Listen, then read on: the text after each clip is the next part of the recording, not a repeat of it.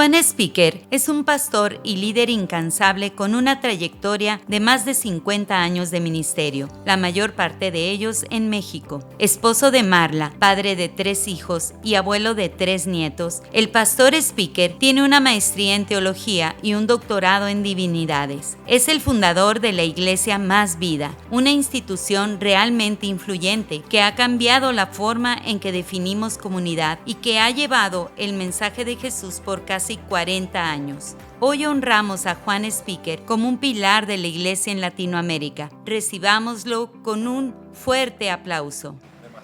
Muchas gracias por esas perlas que nos regala, y definitivamente yo creo que como iglesia estamos en momentos bien importantes a nivel nacional, a nivel global, y necesitamos esto. Hoy ustedes han caminado un camino, han abierto una brecha que nosotros como pastores de generación nueva vamos a caminar, y ocupamos esto, ocupamos nutrirnos de esto, ocupamos saber el camino que tenemos por delante, y muchas gracias por lanzar eso, y la intención de este momento también es poder seguir enriqueciéndonos de este consejo, de esta sabiduría, y gracias por tener ese corazón. Pero yo también quiero hacer algo especial en este día. Yo quiero honrar la vida del pastor Jona. La verdad que me conmueve mucho y me inspira mucho su corazón, que está él preocupado. Ellos están de aniversario y trajeron a Juan de invitado para honrar acá la casa, pero Jona está pensando en todos nosotros, y eso es una gran bendición. Dale un aplauso. Gracias por eso, Jona. Gracias, en verdad. Sí, porque es una bendición poder recibir esto. Así que muchas gracias por estar aquí y por darnos la oportunidad de estar en este momento tan especial. Gracias. Ayer papá John nos hablaba acerca de persevera, no desistas. ¿Por qué es tan importante la perseverancia? Muy bien. Primero permítanme decir muchas gracias por su grande amor. Primera vez en Hermosillo y nos honran demasiado. Muchas gracias por ese amor. Perseverancia, ¿por qué es tan importante? Porque sin ella podemos abortar grandes propósitos de Dios, porque sin la perseverancia dejamos cosas a medias, nada más soñamos pero no logramos los sueños, porque podemos comenzar algo y muchos comienzan muchas cosas muy bien, pero pocos terminan lo que comienzan. Ministerios importantes, iglesias, llamados de Dios, ya ven, muchos llamados, pocos escogidos, y pocos pasan por la prueba de la perseverancia. Y aquí es importante decir algo, Pastor Jona, que la perseverancia produce algo en ti que ninguna otra cosa produce. Y cuando tú entiendes eso, tú sabes que requieres sufrir y perseverar, requieres ser puesto a prueba y seguir adelante, caer y volverte a levantar. Perseverancia lo podemos entender también desde otra perspectiva. Yo creo que hay perseverancias malas, ¿verdad? ¿Cómo saber que la perseverancia que traigo es la correcta, o que estoy a lo mejor caminando bajo el capricho o el deseo del corazón, pero no estoy perseverando en lo que es correcto? Yo creo que en lo personal, como pastor, yo pudiera decir, muchas veces uno está perseverando en cosas en la iglesia, que pasa el tiempo y dices, mira cuánto tiempo perdí ahí, y yo estaba aferrado a hacer eso, ¿no? Y no era por ese camino. ¿Cómo saber cuál es la perseverancia correcta? Excelente pregunta, que también incluyo en el estudio, porque necesito perseverar en conocer la persona de Dios, y necesito perseverar en conocer su llamado sobre mi vida, porque en la misma medida que yo conozco los dones que Dios me ha dado y el singular llamado sobre mi vida, entonces voy a perseverar en eso. Persevero en conocer a Dios y en conocerme a mí mismo, conocer sus principios y en conocer. Aquí yo diría dos cosas. perseverar en tener una percepción más clara. Y luego perseverar en la acción precisa que debe obedecer eso. Sí, porque imagínate a alguien perseverando en un ministerio al cual no fue llamado. Sí. ¿Verdad? Sí. Sí.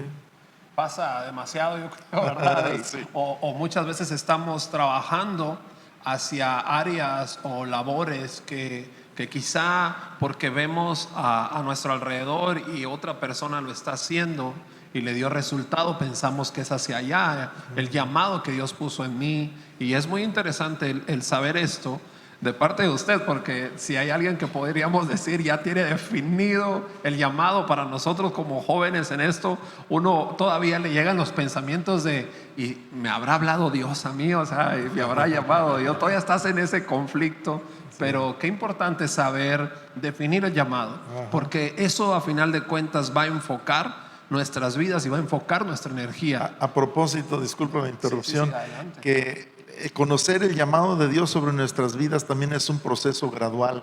Ok. Y conforme eres fiel en lo poco, Él te está poniendo sobre mucho. Muy bien. Bueno, está bueno. Apunten. La conferencia tiene como propósito ser discípulos y hacer discípulos, ¿no? Y creo que hoy por hoy el Espíritu Santo quiere hacer algo.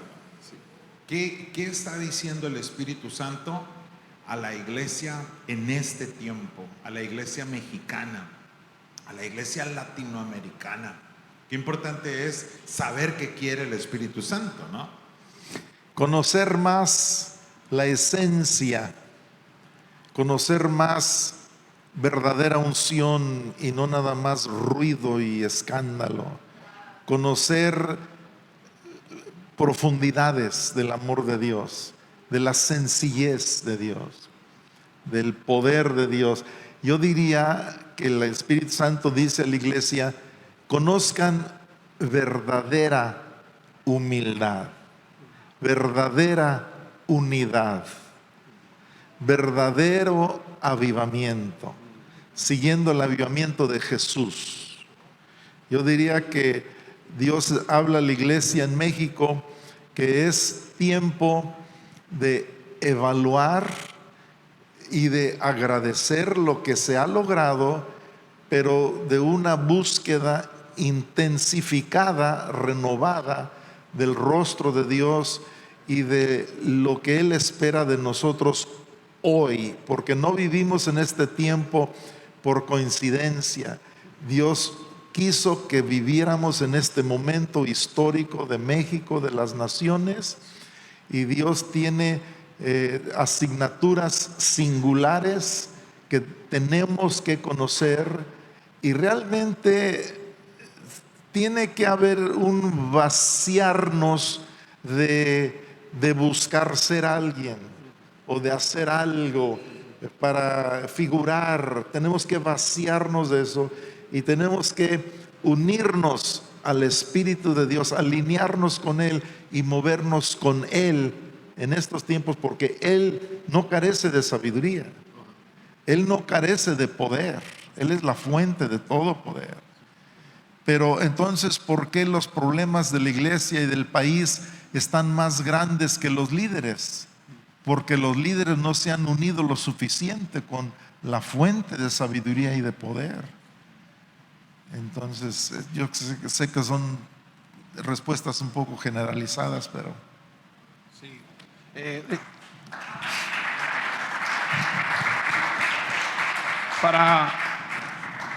Yo tenía una pregunta y espero ser claro con ella, pastor, porque generacionalmente crecí en la iglesia. Yo nací en una cuna cristiana y he visto un mover de la iglesia. Y en este tiempo hay algo que en mi corazón hay una petición a Dios sobre lo que está sucediendo ahorita en nuestra generación. Y mi petición es encontrar ese ingrediente necesario para este tiempo.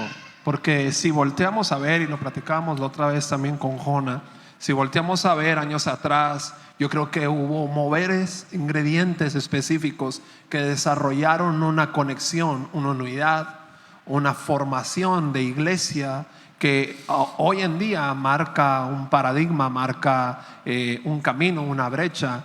Y en mi corazón está la inquietud de saber cuál será el ingrediente. Ustedes que ya han caminado y nos voltean a ver a nosotros, ¿cuál será el ingrediente para esta generación? Sí, hace días hablábamos allá en Morelia de visión para el 2024, pero primero y principalmente tenemos que tener como visión a Jesús. Jesús es nuestra visión. Jesucristo conocerlo y ser como Él. La clave es que Romanos 8:29, a los que antes conoció, también nos predestinó para ser hechos conformes a la imagen del Hijo de Dios, ¿no? Para que Él sea el primogénito entre muchos hermanos.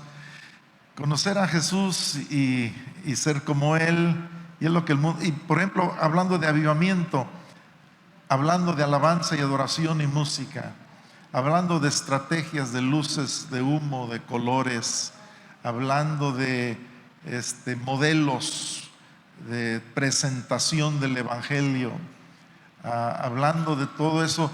Todas estas pueden ser herramientas útiles, pero tienen que cimentarse en la fuente que le da poder. Yo diría, la fuente es estar como María, sentados a los pies de Jesús, y toda estrategia que no salga de eso, que no tenga ese sentir, ese corazón, nada más son estrategias de hombres y no hay garantía de ningún éxito. Podemos reunir gente, podemos inclusive construir iglesias grandes, pero con poco amor, con poca semejanza a Jesús, con poca compasión verdadera por los que sufren, etc. Interesante. Y yo creo que ese es el reto mayor, ¿no? El reto mayor sería el poder parecernos más a Jesús, pero qué reto también, porque sabemos que en la palabra de Dios podemos encontrar la persona de Jesús, pero no podemos negar que somos una generación que voltea alrededor y que queremos pensar que eso es Jesús, y decir, oye, pero es que se parecía a Jesús y no era Jesús, ¿no? Sí, Ese es un yo veo como un ejemplo de esto al pastor Jona, que me ha compartido con el corazón en la mano sus retiros espirituales personales donde Jesús se ha revelado a él. Pero al mismo tiempo, él se acerca a otros siervos de Dios que Dios está usando con propósitos muy definidos para aprender de ellos. Hace muchos años Dios nos lo profetizaron una y otra vez y nunca lo buscamos intencionalmente, pero así se dio que la iglesia en Morelia se convertiría en un modelo de hacer iglesia al cual muchos acudirían para aprender. Pero yo diría que más que el modelo, como les decía el domingo en la noche pasado allá en Morelia, el poder detrás de todo esto, porque realmente es increíble la gracia que Dios nos ha dado. Si les platicara todas las cosas que están sucediendo, es increíble. Pero el poder detrás de todo eso es una extraordinaria gracia de Dios, pero que nos ha llevado a una mayor amistad con Él, a una mayor dimensión de fe y a un mover fresco del Espíritu Santo. ¿Recuerdas ese momento donde tuviste que, como orábamos ahorita y decíamos, donde uno tiene que vaciarse y decir, yo creo que a lo que nos están llamando es a más? ¿Recuerdas ese momento o esos momentos? Esos momentos, porque son varios. Uno de ellos fue Semana Santa del año 2000. Yo estaba pasando por cambios, tratos personales muy profundos del Espíritu Santo en mi vida, pero muy profundos. cada noche de esa Semana Santa me acostaba a dormir 10, 11 de la noche y me quedaba llorando hasta las 2, 3 de la mañana. No me podía dormir, 1, 2, 3 de la mañana. Y me acababa cajas de Kleenex y rollos de papel sanitario, literalmente. Aquí estaba yo en mi cama y al lado de mi cama en el piso un montón de la misma altura que la cama, no les exagero, de Kleenex y papel sanitario por estar llorando tanto. Como una experiencia de catarsis, de desahogo, de un trato muy profundo de Dios en mi corazón. Y una razón, una de las cosas que yo luchaba era que necesitaba un verdadero amigo. Amigos. Porque hay momentos de soledad muy fuertes. Y el último día de esa semana me estuve mirando en el espejo. Así estuve abriendo mis ojos porque yo quería mirar a través de mis ojos, quería mirar mi espíritu en el espejo. Y de repente escuché en lo más profundo de mi ser: mi mejor amigo, Dios en mí. Mi mejor amigo, Dios en mí. Y eso lo uní a otras 2 experiencias donde Dios me dijo: Juan, tú eres mi amigo. Y a partir de esa semana Dios me liberó para comenzar a hacer nuevas y buenas amistades. Wow, qué bonito, ¿verdad? Qué bendición. Gracias a todos los que nos están dejando en el Instagram las preguntas, y voy a leer unas de esas. Dice esta persona: soy llamado al pastorado, pero estoy plantado en una iglesia local. ¿Cómo puedo saber cuándo será mi tiempo? Hacer lo que está delante de sus manos para ser fielmente, ser fiel en el ministerio de otro hasta que sea obvio que Dios le puede dar su propio ministerio. No buscar nombramientos ni posiciones. Si es profeta, que profetice en las calles, en las cárceles, en las casas donde se le abra la puerta. Si es predicador, que predique en los mercados, en las prisiones, en las calles. Si le dan chance en la iglesia, bien. Cuando le toque hacer algo, hacerlo de todo corazón, y su don va a hablar por sí mismo. Hay quienes aspiran el liderazgo y hay quienes nada más hacen cosas que suman valor a su alrededor, y cuando menos se dan cuenta ya están en una responsabilidad de pastorado o de algo así. Voy a leer otra, pastor, de aquí mismo del Mensajero. Esta está muy interesante porque habla de Jesús como líder. Ahorita vemos demasiados líderes alrededor nuestro, líderes políticos, líderes sociales, y muchos que dicen ser líderes, pero no son líderes, o están llevando a la gente hacia un lugar que no debería ser. ¿Cuáles son las cualidades esenciales para ser un líder como Jesús y trascender? Esa es otra masterclass.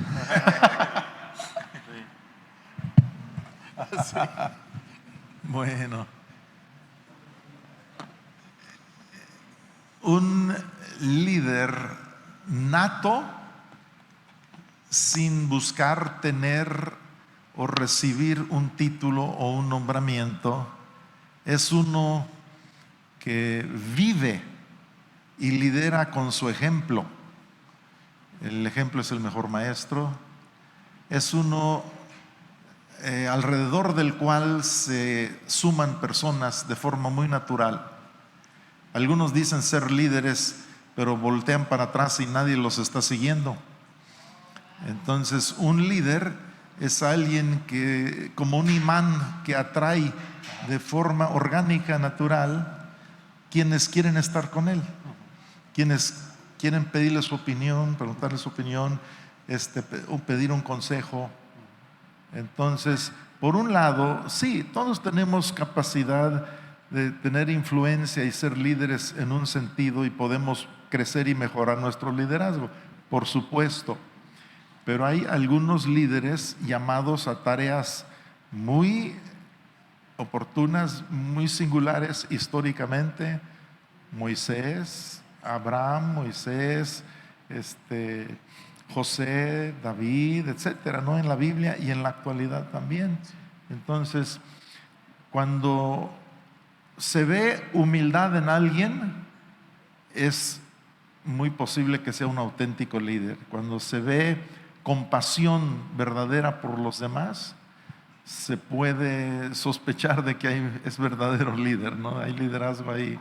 Cuando alguien no busca ser alguien, sino busca que otros sean alguien, eso es otra evidencia de que es un líder. Líderes potenciales, yo diría, porque hay líderes potenciales y líderes. Pero para ser un líder potencial necesitas ser enseñable, necesitas estar dispuesto a ser pasado por alto, a ser ignorado, a ser criticado, necesitas estar dispuesto a sufrir, necesitas estar dispuesto a intentar cosas y que no te resulten. En fin, es larga, es otra masterclass. Sí, es otra masterclass. Bueno, de aquí mismo nos pregunta uno de los pastores que está aquí, ¿cuál es su consejo para un pastor que tiene un trabajo secular? ¿Cómo administrar el tiempo entre el ministerio, la familia y el trabajo? Una pregunta para Pastor John. Hace como unos 2 años, bueno, después de pandemia inmediatamente, el Señor me ponía en el corazón el hecho de venir y hablar con todos los juniors de aquí de la iglesia, de los que me ayudan, y decirles, ¿ustedes creen que van a vivir del ministerio? Y les dije, pues no van a vivir del ministerio.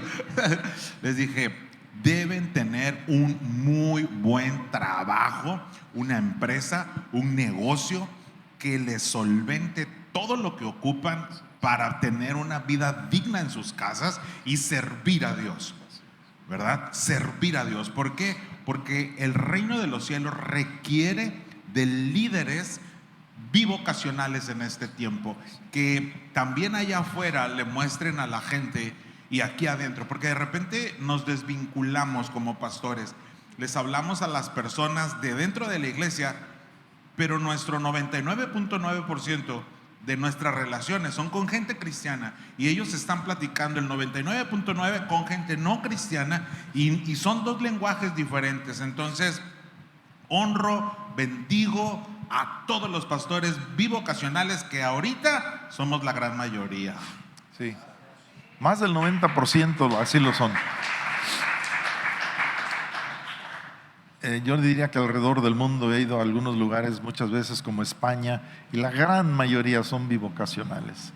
Tienen su trabajo secular y también trabajan en la iglesia y tiene muchas ventajas. Así es que cómo equilibrar, cuidar prioridades y ordenar sus calendarios y sus horarios, y es todo un arte, pero Dios ayuda a uno. Sí, definitivamente. Yo quisiera también plantear una pregunta, aprovechando que estamos entre líderes, pastores, servidores de iglesia, y yo aquí tengo esta pregunta. Quisiera preguntar cualidades o rasgos básicos de un equipo de liderazgo dentro de la iglesia. Que usted diga, como pastor, el equipo de liderazgo que tengo tiene que tener esta cualidad o estas cualidades básicas para poder ser el backroom, ¿no? del pastor. Tengo unos estudios que les puedo hacer llegar. Aquí los traigo, precisamente contestando con mucha precisión esa pregunta, ¿no? ¿Cómo levantar nuevos líderes en la iglesia? Sí. ¿Cómo definir la línea o el tipo de iglesia que Dios le ha llamado a uno para levantar? Y dentro de esa revelación o conocimiento, definir ministerios congruentes con eso. Y cada iglesia pues, tiene 5, 10, 20 más ministerios. Y cómo preparar y levantar líderes para cada uno de esos ministerios. Cómo darles la importancia, reconocerlos, orar por ellos delante de la iglesia. Cómo definir con un manual para cada ministerio, el encargado de niños que tenga un manual, que sea una persona llamada por Dios, reconocida por los pastores y que sea presentado a la iglesia, que rinda reportes y cuentas, todo lo relacionado con esa pregunta. Lo he trabajado mucho por muchos años y con gusto les hago llegar 2, 3 archivos al respecto. ¿Cuántos lo quieren? ¿Sí? Nos surge.